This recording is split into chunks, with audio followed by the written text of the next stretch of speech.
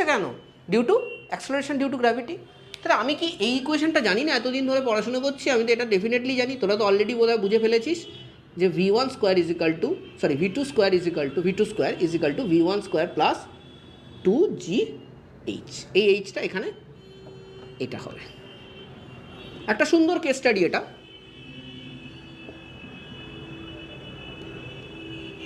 একদম perfectly apt with equation of continuity. তার মানে আমি এখান থেকে বুঝতে পারছি যে v2 will be more than v1। এটা একদম আমার কাছে জলের মতো সোজা, রাইট? এবং কিছুক্ষণ আগে আমি পড়লাম